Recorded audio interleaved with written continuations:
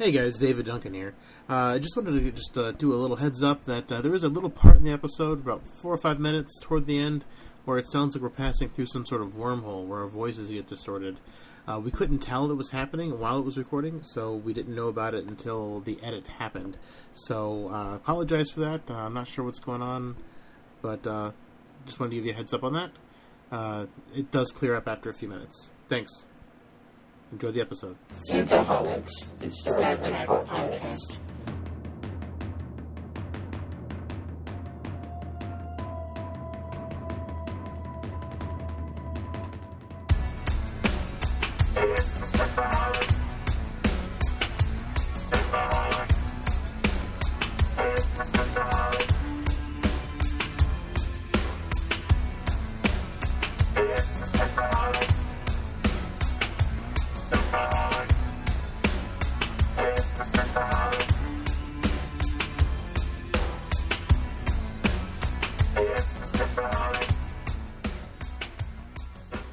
Welcome to Synthaholics. This is your host, David Duncan, and with me is... Aaron O'Brien. Hey. Hey, we got a lot of salad to talk about today. Tossing salads left and right. Yep. We had a long discussion before. Unfortunately, the outtake didn't turn out well, but we talked about German dressing salad dressing. If you do know what is a common German dressing salad dressing, wow. Let us know. And not potatoes au gratin, because that's just like that's just vinegar and potatoes and stuff like that. So it's not really. No. Maybe it's that's a German salad. Well, or an Irish salad. Yeah, I don't know. We got a bunch of news coming up for Star Trek. We got the Star Trek Discovery cast Spock, Ethan Peck. Who? I don't know who the hell he is. He's a young guy. He's got a square jaw. I guess he could kind of pass as Spock. I'm a little bit sad they're not using Zachary Quinto. Yeah, I was kind of surprised too. I mean, what the hell has he been doing? Star power. I mean, I don't know. I guess they're trying to separate themselves from the Kelvin universe, but I mean, like, it shouldn't matter. Like, the whole point of a rebooted universe is that they could tell new stories. Physically, they're supposed to be the same person, and Zachary Quinto looks very much like Leonard Nimoy did. So Ethan Peck is actually the grandson of Gregory Peck, the famous Hollywood actor who, if you don't know, like who? To Kill a Mockingbird, stuff like that. Okay. I mean, very, very famous actor back in the 50s, 60s. Yeah. Anyways, so that's interesting. I guess we're not going to get Quinto as Spock, unfortunately.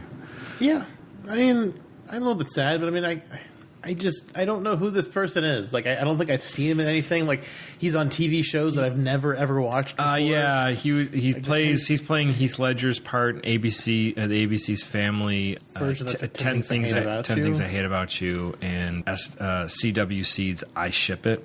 I have no idea. Never seen any of these. Don't know any of these. So I don't know any of his experience or acting chops or anything. I mean, he vaguely sort of looks like Nimoy, but I don't think he looks as much as he actually looks more like Gregory Peck.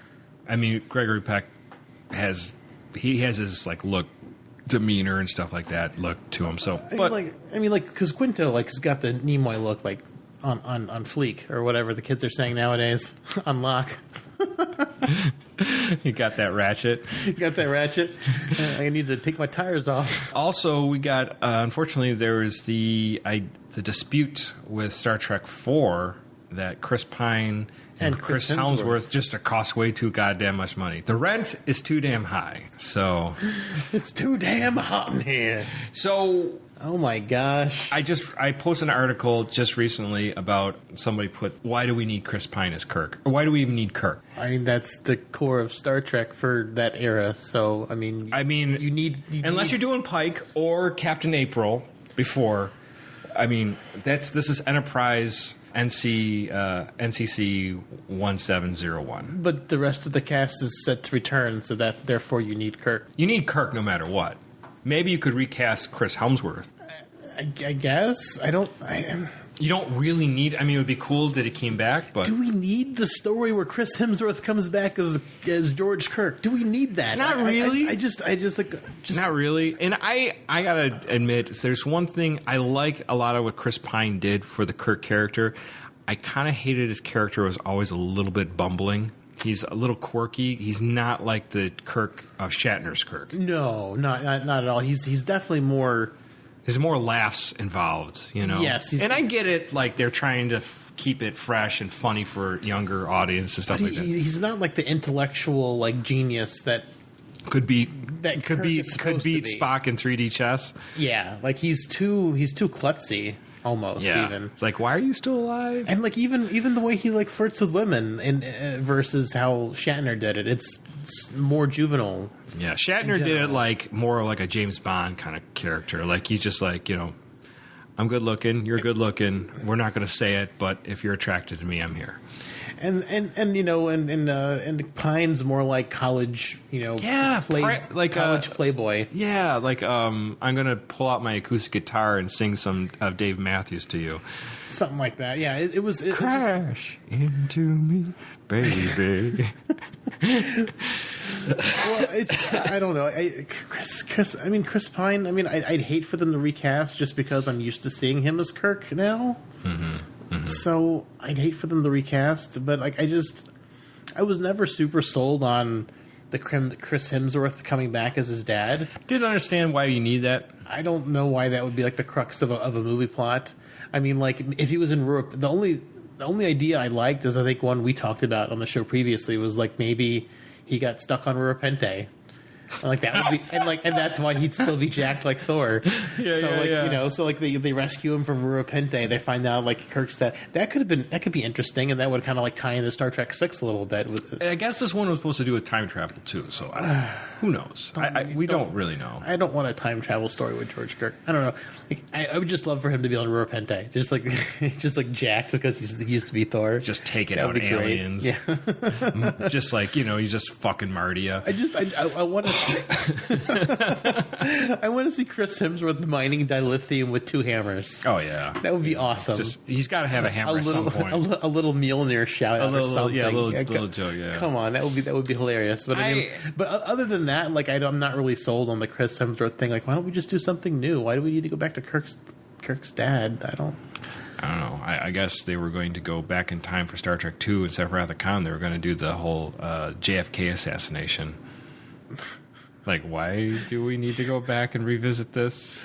I don't know. Gene Roddenberry had some really bad ideas. The day the music died.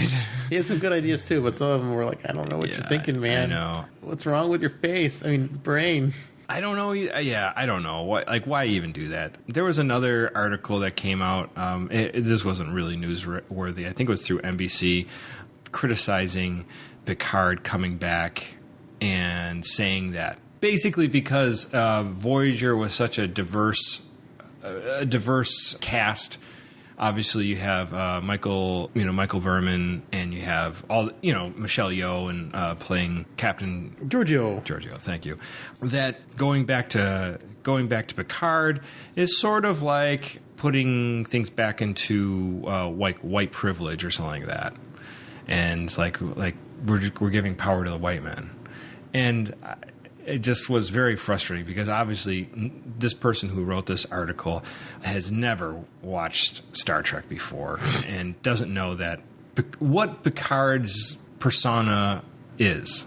Yeah, I mean it's pretty obvious that would be the case, and people are just trying to write because it gets headlines, and Star Trek is trending because of the Las Vegas convention they just had, and the talking about them CBS All Access having a Star Trek show running 24/7. And speaking of that, having not 24/7, but just around the year and not having a big gap, they're talking about 2 potential names for shows. One of them I think was Star Trek Destiny. Yeah. And I don't remember what the other one was. Reliant. Reliant? Yeah. Okay, the Destiny one was interesting because if there's any Star Trek books you've ever heard me talk about on the show, it's the Destiny trilogy.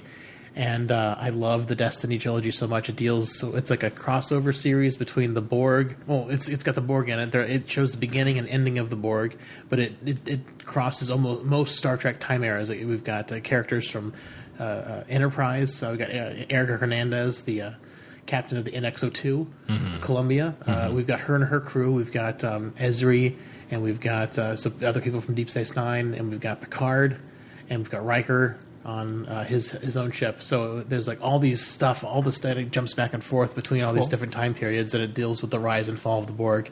It's very good. And Picard isn't super prominent in it. He's in it, but I mean, like, he's just one of the many characters in it. So I'm wondering if, like, Destiny, if they could be He's like, the one that they're going to shoot. If they're going to, like, for Picard. Like, you know, like maybe revamp it so it's more Picard heavy. Destiny, no escaping. That's for me. And then like turning that trilogy into like a whole series that could be interesting. Right. I mean, they could be doing anything really, but it's interesting. Reliant, I mean, I guess could be interesting too. But Destiny's got me way more excited because if it has anything to do with those novels are absolutely amazing. They're probably some of my favorite Star Trek novels. I haven't read a many, but there's a ton of Star Trek of novels. the ones I've read. They're my favorite. Right. Well, a lot happened this last week, news-wise. I mean, for a non-con weekend. Yeah, and we're recording earlier in the week this week, so there'll probably be even something more else. news. By the time this comes out, that we'll have missed. Brett Spiner will get his dick cucked off or something like that. Cucked off? Cut off. Sorry, did I say cucked?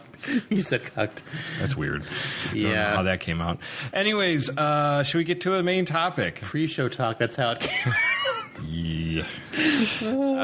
So we're talking about Star Trek Voyager. We're talking about the episode Heroes and Demons. This is Season 1, Episode 12, and it first aired April 24th, 1995. This is an extremely good episode for Season 1. This is really good because Harry Kim doesn't show up at all. He shows up for a one line.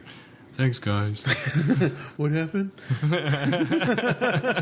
Also, Neelix is not in it. So, so happy. It's like a double blessing episode. Oh, I just love when Neelix is not around. So, again, Voyager is out, obviously heading home, when they find a nearby protostar. And Catherine Janeway says, we need to investigate this. There's coffee in that protostar. So she's getting Lieutenant B'Elanna Torres to beam some of the protostar matter, and they're going to seem to try to synthesize this energy, maybe make them faster. That's kind of like... They said it'll make ship systems at least 20% more efficient, whatever that means. Don't understand how that would work. I mean, aren't conduits conduits? It's like NOS for your car. I guess. It's like, we'll get a 20% speed boost or whatever. So while she's working on this, they beam these two containers of this protostar energy or whatever it's coming off of it. And while they're doing it, one of their containment fields fails, and it kind of like, it doesn't look the same. Obviously, something went wrong. And B'Elanna beams it back, and then she reestablishes the field with help of Janeway. And they set the... They beam some more of that protostar energy back on. While she's working on it, she says, it's going to take me about 6 hours to synthesize all this and analyze everything in these containers. I wanted that in 3. Yeah, and she says, I want it done sooner. So she says, do you think Harry Kim will help you? And she says, well, can you get him to, give up his off time? And she's like, well... She calls him, and he doesn't answer. I'll give him a striptease that he'll do anything. And Janeway goes, asks the computer, where the hell is Kim? And he's not aboard the ship. And the best news we've heard all day. And there was cheering throughout the decks. And then the episode was over. Yes. And they got home. So Janeway goes to the bridge, and Tuvok and Chakotay are like going through all the standard procedures to find somebody who's missing on the ship. Nobody's beamed off the ship. No shuttlecrafts are missing. That's the first thing you should check. I would be like, got all the shuttlecrafts here because, apparently you just open the door as like a doorknob. A 5-year-old can take a shuttlecraft. It's like a swinging door. It's like a screen door. It doesn't even make noise when you open it. Nope. It's well oiled. Don't need security to no security codes to open the doors because leaving the hull open, that's keys in the ignition, running, full valet service for anyone who asks for it. Just keeping them warm, keeping the cells warm. So Kim was last seen on the holodeck, and when they go check on the holodeck, they see there's a program running, but Kim is not there. And so they decide to... He's running a holonovel, Beowulf, which is an ancient English 6th century poem, but story about a hero named Beowulf killing a creature named Grendel. And there's more to it than that, too. He becomes king at one point, killed a dragon, and all that other stuff. Angelina Jolie was naked for most of the movie. It was great. Yeah, Grendel's mother is in there. She's kind of like this weird underwater lady. So yeah, I liked that movie. I've never seen it.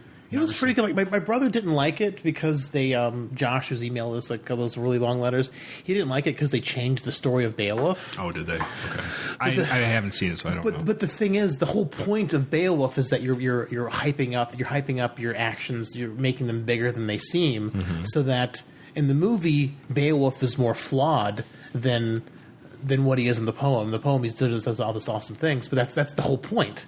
Is because when his poem is written by somebody else, they take out all the bad stuff and they just make him into this great person. So I like how the movie kind of made him a more flawed person than I think he was in the original thing. So I did like that movie.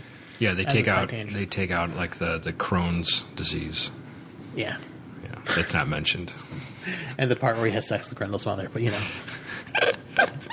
it's whatever. It's Angelina Jolie. I mean, you're not going to say no. You're not going to say no. You're not going to say no, right? She's got high heels built into her feet as Grendel's mother. It's weird. This has got to be uncomfortable.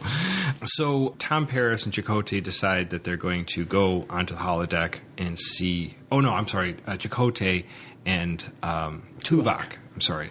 Tom Paris just says that he can't. He doesn't want Kim to be dead, and that's it. He can't be dead. We can put him back together. We're going to put him back together again, just like Humpty Dumpty. Rematerialize. Yeah, so they go onto the holodeck. They meet Freya, the daughter of the king Hogarth, and he just basically were kinsmen of Beowulf. And she alludes that he's been killed, and then finally find out that he has been killed by the monster Grendel. And when they go to the hall, they get the mead hall of Hogarth, and they're all kind of distraught, obviously, over Grendel, because Grendel's been obviously killing the people of the clan or in the lands or whatever, taking people. And they say, well, we'll avenge the death of Beowulf. And when they all leave, the creature comes, big light creature, and then they disappear. Oopsies. So get them out of there. There's too much interference. Within our own ship. There's so many little holes in this thing. I like this episode. This is a really fun episode.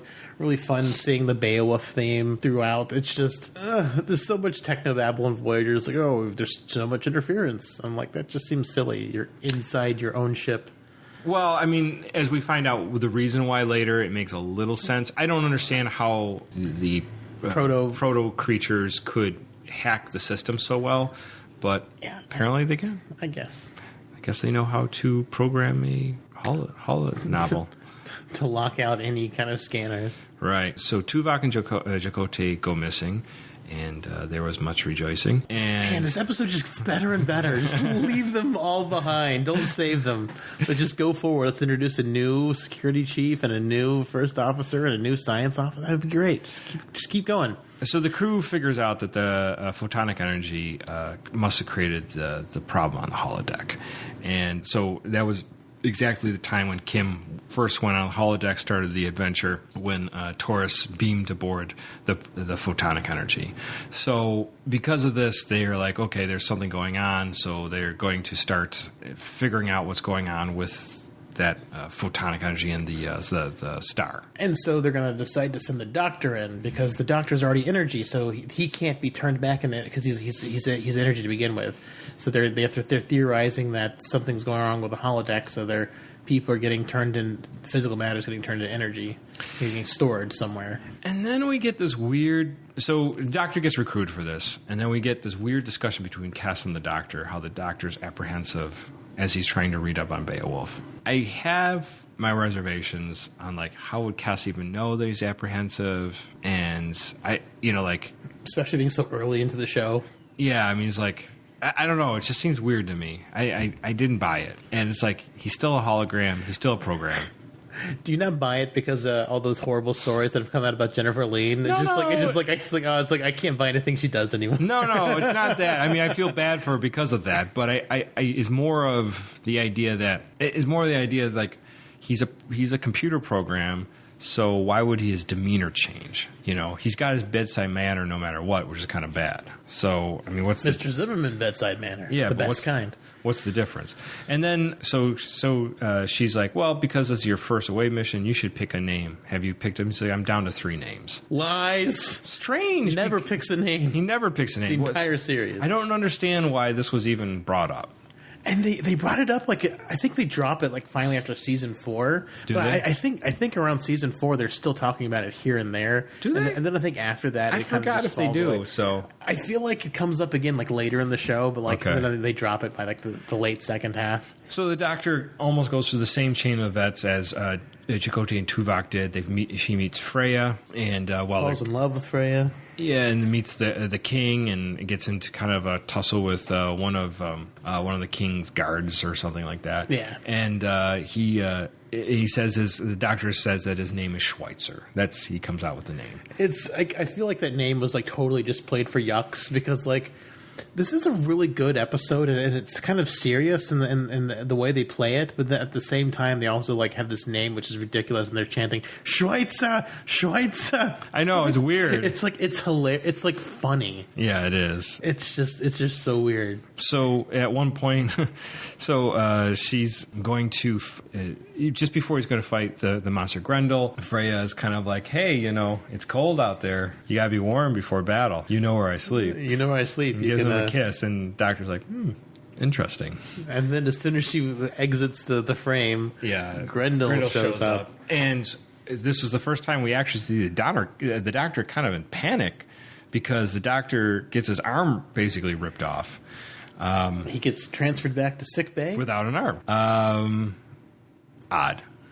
Very, very odd. It's weird. It just like disintegrated his arm. Like I thought that was not going to be part of the problem. I thought he was going to be fine. Yeah. Why would it take part of? He's just a program. Why would it destroy his arm part of the program? I mean, drama. I guess. I think that was part of the original Beowulf story. That I thought Grendel lost an arm, but I could be wrong about that. There might have been other things. I haven't seen like Beowulf in such a long time. Like Beowulf fought Grendel naked. I think. Yes. He was like, I'm going to show you how much of a badass I am. I'm not going to go with armor or anything. I'm just going to fight this guy naked. Yep. So, but anyways, Beowulf knew how to party. He did. So when he comes back, obviously his arm is back on, and they're pretty much confused on why this all would happen. Like, why would it rip his arm off? And this is when they start figuring out that there might be alien life, like brainwave in the protostar. Yeah, they're finding like brainwave. They're like patterns. basically Tinkerbells. Yeah, pretty much. So they're flying around, and apparently one of the Tinkerbells got caught inside the holodeck when they beamed in the photonic energy. So, and it got loose onto the ship. Well, I think the way that they described it is that when they beamed the two things of matter, when they beamed the two things of matter, they took 2 of the beings in each container, and then because of the photons in the holodeck, the other, like the mother of the things or whatever, was able to get into the system, and that's how they were able to abduct people via the holodeck. Right. So I don't think they got loose. It's just that the accident that happened when they messed up beaming the second sample opened up a hole for something to be able to come in and enjoy the holodeck. Right. Well, so this is where they decide to go to the protostar, and they're going to try to beam one of these fairy things back onto onto Voyager and put it into a container. Well, he goes back into the holograph program. He runs into Freya again, and then that guard of the king shows up again and tries to attack the Doctor, thinking he's in league with Grendel. And because he calls the thing a talisman, and it's like, oh, it's gonna make Grendel stronger. Right. And then he when he goes to lunge with a knife, Freya gets in the way, and she bites the dust. But they just were like, just the previous day they were lauding him for weapons not hurting him, and she's like going to take a sword for him. Yeah. That wasn't very smart, Freya. Yeah, well, she's a woman of passion. Yeah, she's in love, and then she dies with his name on her lips. And he's like, I'll never forget you. And then at the end of the episode, the doctor's like, I'm going to pick a different name because that name's too painful. I'm like, so you're just going to not remember her? Again. Be a dick. Again, he's a program. He's not a person. But still, he's like, I'm never going to forget you. I was like, I'm going to change the name so I can forget her. I'm just like, I don't want to think about that anymore. And just like Dr. Phlox, genocide. Genocide. Just kill them all. Just kill them all. So he gets back to the Hall of the King, and he confronts the guard that killed Freya.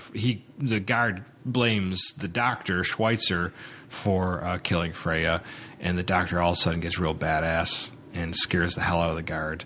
And he gets the talisman back, which is the mechanism holding the Tinkerbell being. And then when Grendel shows up, he calls Grendel to show up, and he's like, I got your person. We're going to let him go. You can go too. Let our people go. And then they all show up. Yeah. Much to my sadness. And yeah, they're all back. Tuvok, Chakotay, and Kim, all back.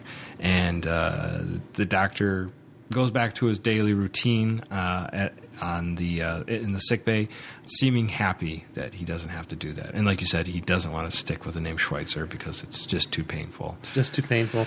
And Janeway's like, I feel like there's going to be more adventures for you. And he's like, I feel like the same way. And I'm like this is stupid dialogue. It's really bad dialogue. Dave, what did you think of this episode? Honestly, when you said this episode, I vaguely remembered it, and just thinking back on it, I was like, I don't remember if I liked this one or not. And then I saw it was season 1. I'm like, season 1 is like gross. The death. But that's the thing. The thing with Voyager is Voyager's consistently inconsistent. Like it does have some gems in its first season. Yeah, there's some good stuff in there, and it's also got equally terrible episodes through all the seasons. So right. Voyager's like the consistently inconsistent. It never really peaks like the other shows that in my mind. So this episode was a lot of fun. Like I love the Beowulf thing, and now that I've seen the movie Beowulf like more recently than because I don't think I'd ever seen any interpretation of Beowulf like the first couple times I'd seen this episode. So like it was just like stuff happening to me, and now that I've seen Beowulf, in several years and seen this episode once or twice since then, like I can put it together better in my head, like what's going on. Right. So it's more entertaining because of the references I do get to Beowulf. So it's a fun episode. It's well done. It's very Doctor heavy. Doctor heavy episodes are something you love.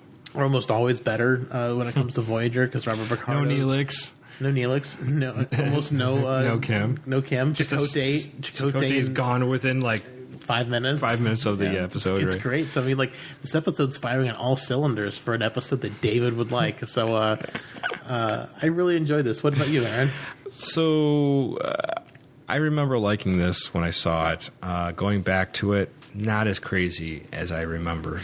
I think I saw it maybe about last time I saw it probably about 4 or 5 years ago. I can't quite remember last time I rewatched it, but there's something about it just seems clunky to me. Maybe it's the idea of the Doctor. Now that now that we're doing the show, I'm very critical of a lot of plot points and even character development.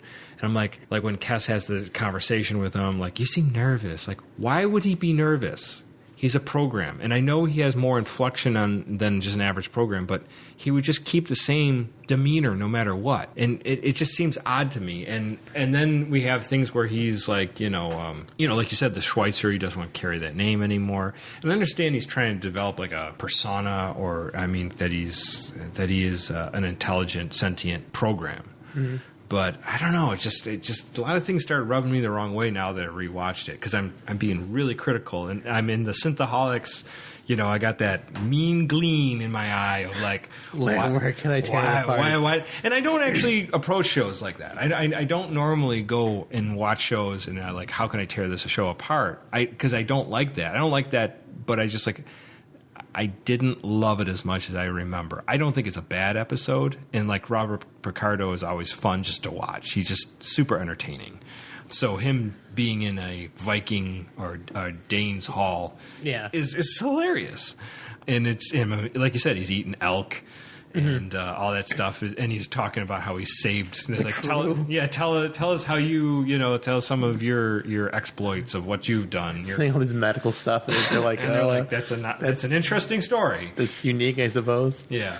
So and again, obviously Holodeck's gone wild. At normal episodes, like weird shit happens with Holodeck.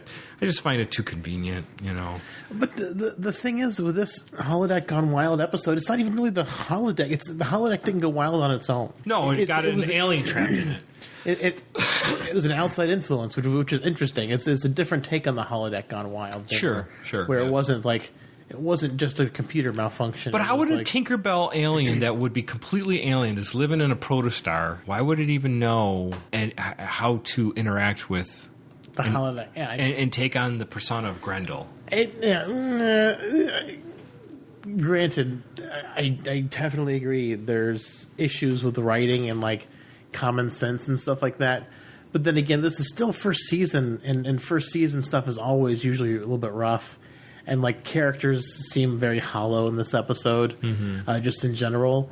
But I gotta say I like it for the fun of Robert Picardo being like. Oh, absolutely! I mean, if it wasn't him, it wouldn't. This would not be a good episode. If it was Kim or Tuvok or anybody else, it just would not be interesting. It would not have worked. Even if it was Janeway, it would not be half as interesting because you're taking the fish out of water story of, the doctor who only knows his sick bay, and you're putting him into 6th century England.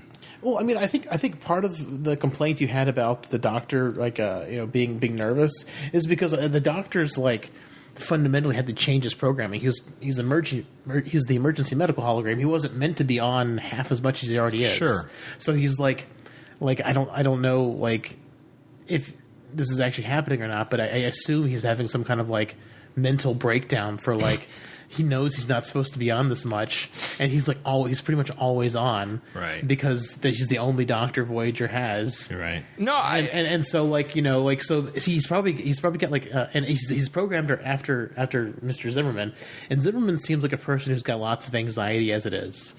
Yes. It's got so much of Zimmerman in him. Yes. It's not really just a hologram. It's like a clone of Zimmerman. Well, and we've talked about this previously in Holograms Gone Wild, when we did Moriarty, and that's a sentient life, and you trapped it into this looping program, and what's the ethics of that? Now we have the Doctor emerging as sentient life, and maybe it's not. I don't remember when they start really calling the Doctor sentient. I don't remember what season that kicked in, but it's definitely not season 1. He's just more shits and giggles for season 1, and even season 2, and I think he starts growing after that. They start letting him. I feel like once he gets his mobile emitter, he's of course, yeah, then more person, yeah. But we're seeing the beginning of sentient life, and that's my biggest complaint with the holodeck and even the ships. If the ships can create sentient life, what are we It's just it's a baby machine for holograms and everything else. I mean, it's why look for new life? We can just create all these new life forms. Right, exactly. So I mean, I often thought I threw this out. I think to Guy Davis. Maybe I talked to you about it, but after Next Generation, there should be a whole story about the rise of the androids and other sentient life from AI and everything else from these things. Moriarty should be back and saying, "You motherfuckers," I don't, you know what I mean? It's there should be. He becomes a new Borg Queen. Yeah, maybe not Borg Queen, that would be awesome. But maybe he's the rise of the android army or something like that. I don't know. I would love to see him take over the Borg and then just bring hell upon the Federation for trapping him. That'd be hilarious. It would be, and I find these things, they're always throwaway at the end. Well, we don't know how to deal with it, so we put it in a box and let other people think about it. Yeah, it's what? I don't know. It's just so. Again, the Doctor it becomes sentient, and even though that's not import, and obviously we see the Doctor actually at the very end of Voyager that he is doing his own thing. Yeah, he's given his own sentience. I think he got married too, right? He was married to somebody. So which is weird too. But anyways, well, I mean, he had a baby on that episode where the planet that was spinning fast. Yeah. I don't know how that worked. I don't either. So I mean, he can just marry someone on Earth and get them pregnant too, I suppose. If he can do it with his alien race, why not? We're not a human. Maybe he can synthesize sperm, or maybe just stealing sperm. I don't know. Take their nightly emissions. It's like, maybe I'll just mix a little bit of this guy, mix a little bit of this guy, like make a sperm cocktail for my wife. He's like a mix between like Shaq and Henry Cavill from Superman. And Hugh Jackman. Yeah, Hugh Jackman. He's just like this perfect man. Like splice all these sperms together. I got nanoprobes. I can just nanoprobe them together. Cut them all together. Yeah, right? Exactly. Super baby. So anyways, I guess I was a little more critical watching this episode. I didn't enjoy it as much because maybe I expected a little more from it. Because I do remember liking it. And I remember thinking it was a fun episode. And not that it isn't fun. But it's just, there's like little like weird things that happen. And again, like I said, like not as forgiving anymore with 3 years of Synthaholics under your belt. Well, and Voyager really pisses me off more than anything because it's formulaic to a fault. Yes. And it gets a little bit like, I get... It's trying too hard to redo original series. Yeah. And failing miserably. And a lot of the stuff has been either done already in Next Gen or... Deep Space Nine, one form or another. Mm-hmm. So when they get to it, it's a little bit like, meh, yeah. That's the thing is, Voyager could have been a totally different show. It could have been so amazing if they would have like taken the 70 years to get home seriously. Make it a generation ship. Make it a more lax ship because it has to be, because you got to start raising families on it. Like make it. It could have felt so much different. It could have still been Star Trek, and they could have done a lot of different things with it and done something to set it apart. Mm-hmm. Other than, oh look, we're far from home. I mean, like if you're going to be far from home, like think practically. They didn't do any of these practical things that you would have to think about. Yeah. And like Janeway wrestles with it in like the beginning of like the opener of like season 2, and then like it never comes up again. Yeah. When she's like depressed when they're in dark space and she doesn't want to talk to her crew. I'm like, wow, good captaining, Janeway. She's like become a recluse. I don't want to talk to her. It was just, I don't know. It just Janeway just rubs me the wrong way, and they just didn't do anything. Like they were operating the entire time under they were going to get home in under 7 years. Yeah, and they just every single episode, it's like, oh, we're so far away from home. We're so far away from home, but they're not doing anything to.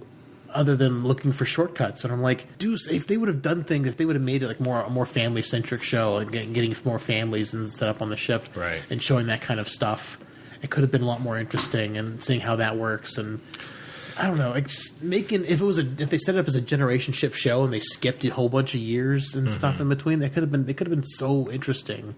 But playing it like a regular Star Trek show and they're just going to make them warp home on the last episode, it's just like, oh, okay. Grandma Janeway. Yeah, she had kids with Tuvok. I don't know. So Voyager has this problem, and there are some episodes of Voyager I do really, really love. I remember liking this, and I guess going back to it, I just didn't like it as much. So that's sad finding less to like on Voyager. Yeah, right, exactly. I don't know. Anything else we can say about this episode? I had the book Beowulf. I didn't have it, actually. My dad, I think it was a college book, or maybe I think it was a college book. It was like early like English literature, and it started from Beowulf and went forward. And I always tried to read Beowulf when I was younger, and I just couldn't get through it. It was like all that. Just hard to read. Very hard to read. And I would try to read it over and over again. So I would even like skip ahead and like, okay, what happens? Because I just can't read through all this. So I would get like this overview. But I've never read Beowulf from front to cover. I just tried a lot of times over, it was in the house since I was a kid. So it was, and I was like, what's Beowulf? And it had the word wolf in it, so I had to know. Oh yeah, it's gotta be cool, right? Yeah. So, but yeah, anyways. That was my only really relationship to Beowulf. Yeah. And I never seen the movie, so. Yeah, the movie's pretty... I enjoyed the movie. You should definitely check it out. It was fun. It was weird. It was like live action, but it was all CG'd over. I remember. Like that. I remember it came weird. out, and I just never got around to seeing it. Yeah, I mean, just read through the memory alpha. Nothing's super interesting. Harry Kim, Garrett Wang, he was so excited about his Beowulf outfit, and he was so pissed that like they only showed his like shoulders and up because he said the outfit was so cool. Yeah, and it's like why did they even do all the trouble of dressing up and chainmail? I wonder if there was other scenes that he just never got. Oh, maybe they did shoot other stuff like the beginning, and they just had to cut it. Where maybe he got eaten by the Grendel character or the whatever. That could have been interesting. Yeah, we just don't know. And yeah, I mean, that was the most interesting thing. He just loved the costume. He said the costume was awesome, and then he was. Any reason for the name Schweitzer? Yeah, it was a doctor. I think a Nobel Prize winning doctor. I think. Oh, okay.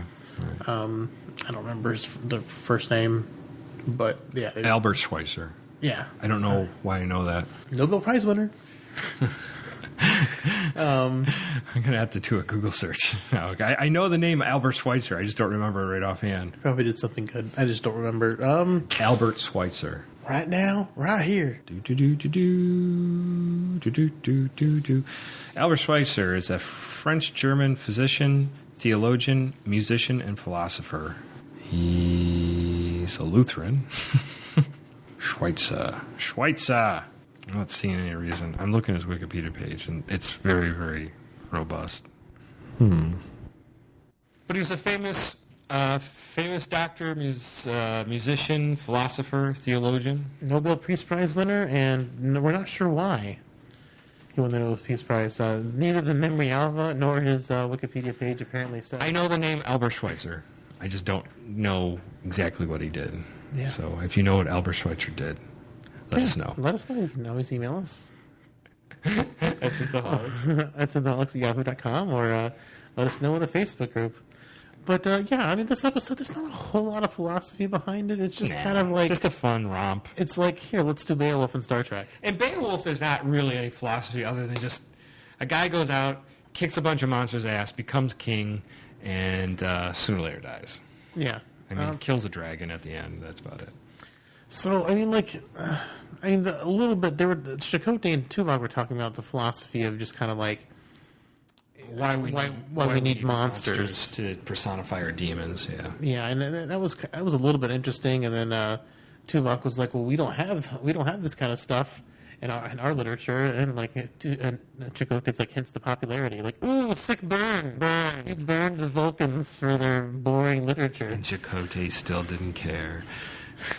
No, Tuvok still doesn't care. I mean, yeah, Tuvok doesn't care, right? Exactly. I didn't even notice that ever before, and I was listening to it. I was like, oh, he did a sick burn. It doesn't really make any sense because before the emotion, they should have had some philosophy. The emotional purge, they must have had all sorts of things that had to do with monsters. They must have done lots of book burning too after they purged their emotions. So get rid of it. We don't want to think back of that old days. So. Yeah, at least the Klingons are honest. We killed our gods. Fake news, fake mythology. It's all fake. We don't want that stuff anymore. Space Force for the win. Space Force, small hands. Gotta have small hands for the buttons.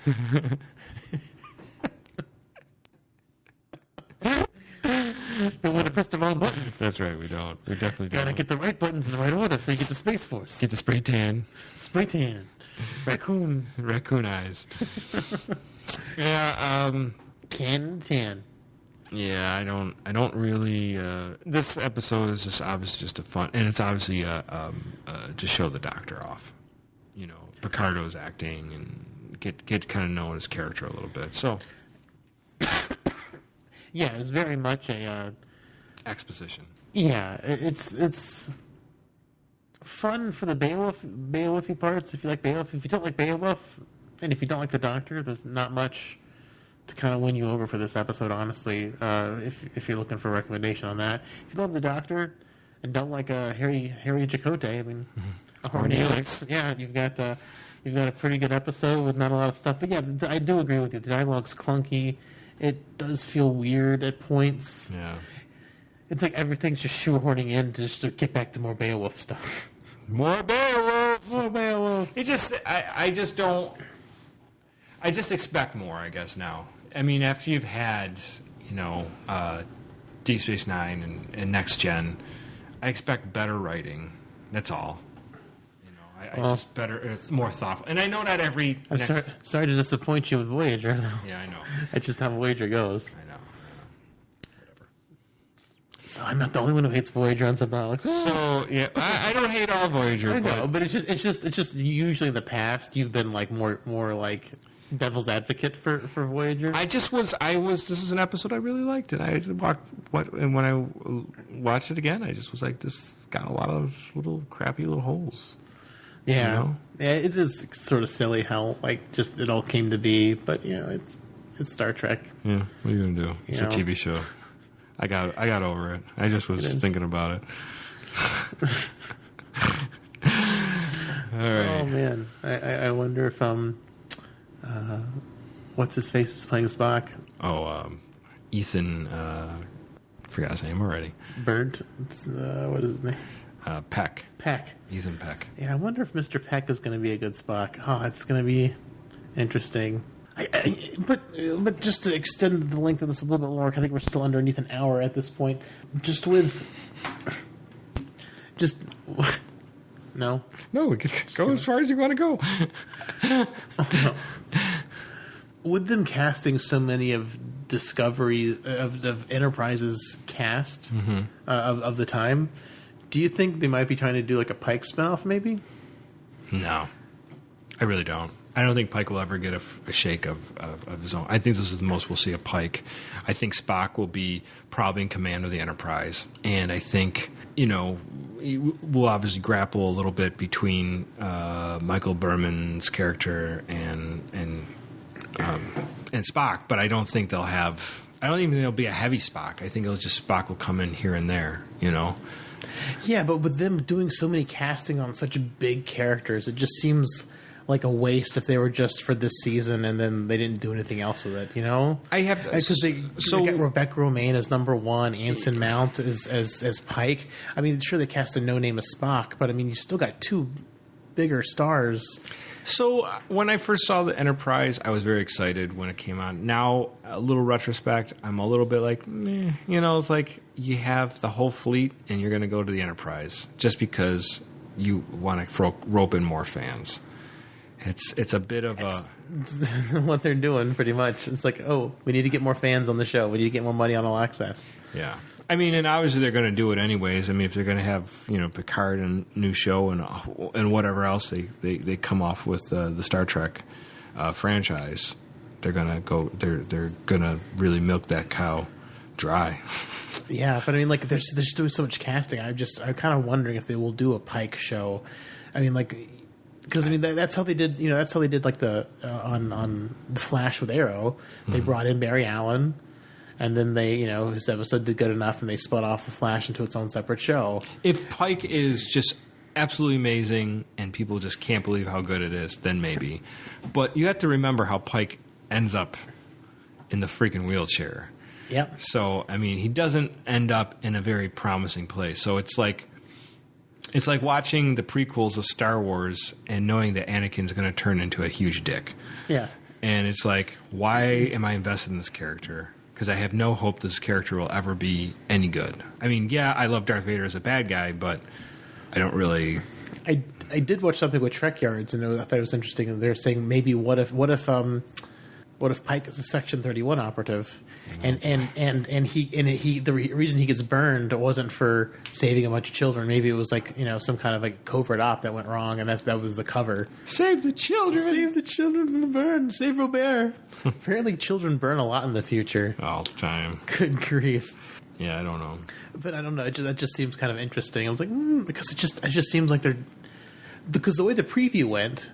They got Pike beaming over and just taking command of Discovery. So I mean, you don't even need. It's almost like you don't even need the Enterprise. You just got Pike, and he's just looking for Spock. Mm-hmm. So we've got the Enterprise, and they're casting all these other characters. It's like, it just seems like I don't know. It just. I honestly, it's just too early to speculate. I don't think the Pike thing. I think it's going to be interesting. I don't understand. I'm curious to see who the captain is, or maybe they'll make Saru captain, or they'll make Berman captain at some point. I don't know. Or maybe they'll make number one. Maybe they'll make Rebecca Maid captain. Maybe she'll transfer over. Maybe. I just, I just don't really.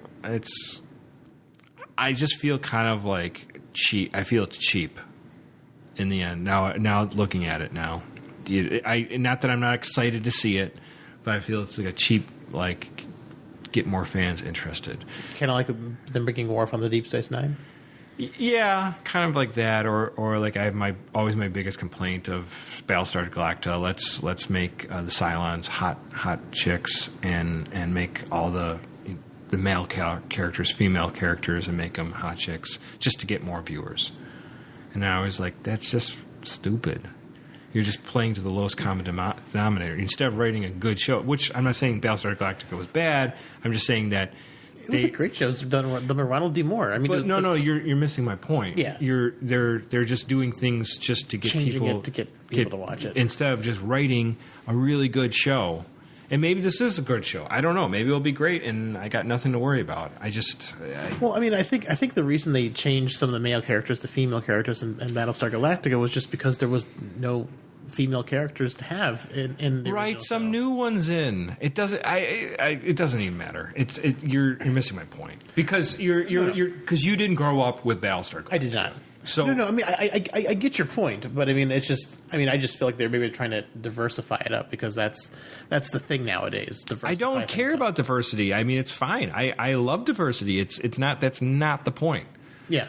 They did diversity to get more male viewers. Yes. They got good-looking women as Cylons. Cylons were basically stormtroopers with like a wandering eye.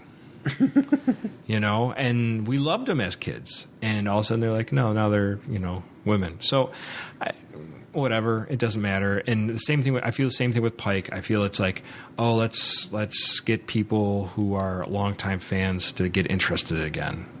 I'm like, you should have done that in the first place, and you should have really thought out things, because now I see that you built a decent. I mean, Discovery is a decent property, and it could really grow. I just feel like you said, just throwing Worf in to get more, get viewers, get more ratings. Yeah, I mean, but the thing is, it worked. Like Deep Space Nine got so much better after they threw Worf in. I agree, and Deep Space Nine was really struggling, and it was a difficult show to sell after Next Gen. Next Gen was so amazing, and Deep Space Nine got amazing, but it took it a long time to find its legs. I mean, it did. But whatever. Discovery's a great. The first season is pretty watchable, and I like a lot of it. There's nothing I can say that's terrible. Just it's a clunky. It's definitely clunky, and I do agree with you. It does sort of feel cheap. I think they're just trying to bring in new fans, and they should have thought about that. Let's put Spock in. They should have thought about that to begin with, but then again, they had all that turmoil, so they didn't even know what they were doing because different people ended up working on it. So it is kind of like picking to the lowest common denominator. But I mean, they probably. As much backlash as it got the first season, they're probably trying to do everything they can to appease all the backlash. All the backlash is going to go away when the Picard project comes out, the Patrick Stewart project. I mean, that's all that whining about the $5.99 a month is going to go away, unless it's as bad as The Last Jedi. Yeah, well, maybe, but people are still going to tune in. Yeah. It's Patrick Stewart. It's Picard. This is as beloved as any character gets. I mean, people go batshit crazy over Picard. So there's no way that all those holdout fans were like, "No way am I ever going to subscribe to CBS All Access." There's a lot for Picard. There's a lot of people changing their tune right now, and they will, and maybe they'll do what some people do is wait till it's all out, and they'll do a free.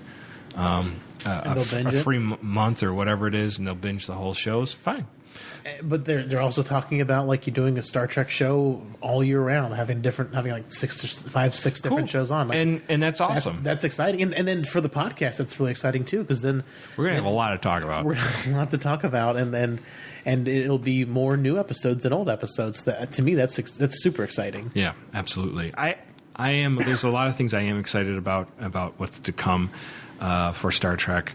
I think Discovery. I think a lot of the writers weren't really Star Trek fans. I think there were maybe a few, but I think a lot of them felt like they were just like showing up for the paycheck. Yeah. And I get it. You got to eat, but shouldn't they have cast or not cast, but got writers and producers that just adored Star Trek and they wanted to see Star Trek come back the way it should? I mean, you'd think. I mean, that's what I would have wanted for Star Trek. And it delivered a lot. It just didn't deliver everything that should have, in my opinion. I think there's a lot of gaps, a lot of schisms because of like the different the Klingon War and all sorts of stuff like that. We're like, what's that about? What's that about? So I mean, there's a lot of things. I still have problems with the Klingon War being the Klingons basically kicking the Federation's ass and then just giving up. Not just giving up, but that's weird too. But kicking the Federation's ass and probably countless deaths, and yet we've never heard a mention of this. No. Yeah, we never hear anything from like the Pike or Kirk or Spock or any of that stuff that was going on. And maybe they were in just deep space and they just never got a chance. But I'm assuming they're calling all their ships back for the fight. Yeah, you'd think. And then the thing is, like in the Cage, which is 3 years before Discovery, Pike's a bitter man, ready to give up command. Mm-hmm. And they just went through the awful Klingon War for the past year. Maybe he just wanted a war. And now he's all happy and chipper again. Yeah. It's so funny. I really want to know what's going on with Pike. Yeah. Why he's so happy and chipper. Now, maybe it might be fun if they make Pike sort of a cracked up captain. Maybe he's not all there. Maybe he's not the Kirk-esque character that we're thinking he's going to be. Like multiple personalities. Not multiple personality, but maybe he's definitely got some mental issues that he's not taking care of himself, which is hard to believe. That nobody would call him on it, but but again, you had Lorca, so yeah. But then, are we going to get the same story as Lorca? Oh, the captain who pretends to be sane and normal is actually the bad guy. Oh, good God! Let's hope not. I hope not too. I just hope it's like he just grates against them because he's the Zap Brannigan. Yes, they're like, oh God, yes. I hope that's Saurian's Kif. Yeah, no, I hope it's Kip and Zap Brannigan. That would be great. That would be great. That would be worth it for me. So, oh man, maybe that's what happens there. So. That would be so great. So number one goes to Discovery, and then he gets the Saurian as his first officer, and the first officer Saurian is his Kif, and then we can have a Star Trek Pike show, which would be fantastic. I need this now. Before I was like, that might be fun because they're casting all the people. I'm like, oh, I want Zap Brannigan in life. Maybe. I guess we're gonna have to find out. Of course, I need him to hit on a one-eyed woman. Yeah. Yes. Please make this happen, CBS. Kip, hold my drink. Sneeze on this one. Yeah. So it's obviously way too early to tell. We're not going to know for quite a bit. So. Yeah, it's exciting and it looks great, and I there's no way I'm not going to be watching these episodes. It's just that I'm hoping that this season runs more fluidly and the story isn't fragmented as much. Yeah, I'm hoping so too. And the thing we do have to look forward to this year is that I think that the short treks are coming out one a month for the last 4 months of the year. Okay, so we will have some new content to talk about this year before Discovery Season 2 starts, so that's exciting. Yeah, absolutely. Cool. That's very nice. All right. Well, that was more Discovery talk and Heroes and Demons, the Voyager episode. There wasn't much to say about it. Do you disagree with us? Do you know who Albert Schweitzer is? Yes. You can always email us that information at synthaholics@yahoo.com. Our only music is provided by Warp 11, except for the intro. That is by Dave Wilkes, friend of the show. Friend of the show, really big show. Really big show, big hands and everything. But you can, in addition to emailing us, you can join us on the Facebook group. The Facebook group is facebook.com/groups/Synthaholics. Join the conversation, the fun there. We also have a page for Synthaholics too. If you want to go ahead and give that a like, that's always awesome. Check out our YouTube channel, youtube.com/Synthaholics. Not as active on there, but I put up stuff as I can.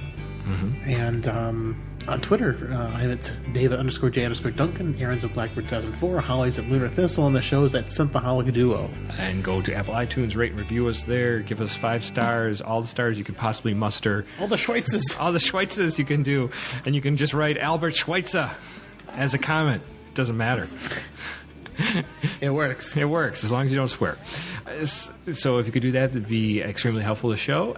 Also, if you could go to the Patreon.com/Synthaholics, throw us $1 a month. It's not much to ask to keep us recording, and so we can continue bringing out this great content. As well, if the last way, the free way, and maybe least intrusive in anybody's life, is to let people know by word of mouth. Just tell them. Just scream. Climb to your roof. Get on your balcony. At the next baseball game you go to, tell people about Synthaholics. Tattoo Synthaholics on your chest. Yes. And then show off your chest to everybody. And our faces. Yes, do all those things. Or just write Synthaholics on a white t-shirt with a black marker and just walk around. Exactly. And they don't know what you're doing, but you will look original. Yes. So, word of mouth is a wonderful way to help the show out. All right. Well, thank you all so much for listening. Live long and prosper, one and all. Well, McCoy, my boy, come mix me a drink. Before the night's over, I'll puke in the sink, and we'll cry till we laugh, and we'll both shit our pants. You're the best drinking friend I ever had. We did it. Hooray. Hello. Can we get sound that doesn't sound like chipmunks? Can we please? I have a confession to make. What is that confession, my son? I really do judge people harshly when I hear they say the word library instead of library. It's a stupid thing, but you automatically lose probably 20 IQ points in my mind when you say library. Library. Yeah, and same thing when people say nuclear instead of nuclear. Nuclear? Yeah, when they say nuclear. Nuclear instead of nuclear? Yeah. Welcome to Synthaholics. This is your host, David Duncan, and with me is... Aaron O'Brien. Oops.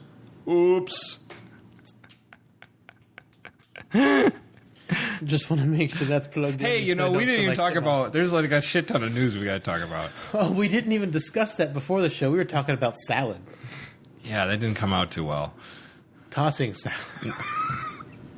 No. Oh, of course. It wouldn't be Synthaholics without that joke. Yeah, so we got... there was some news for Star Trek.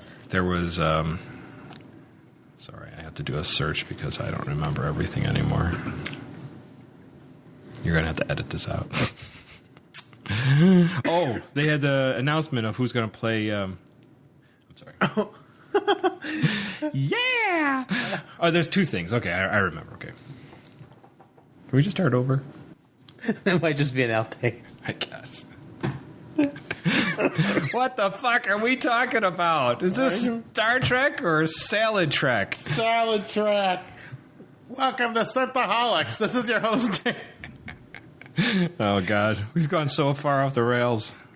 And we haven't even started yet. We have shot it. Schweitzer, where art thou? Schweitzer!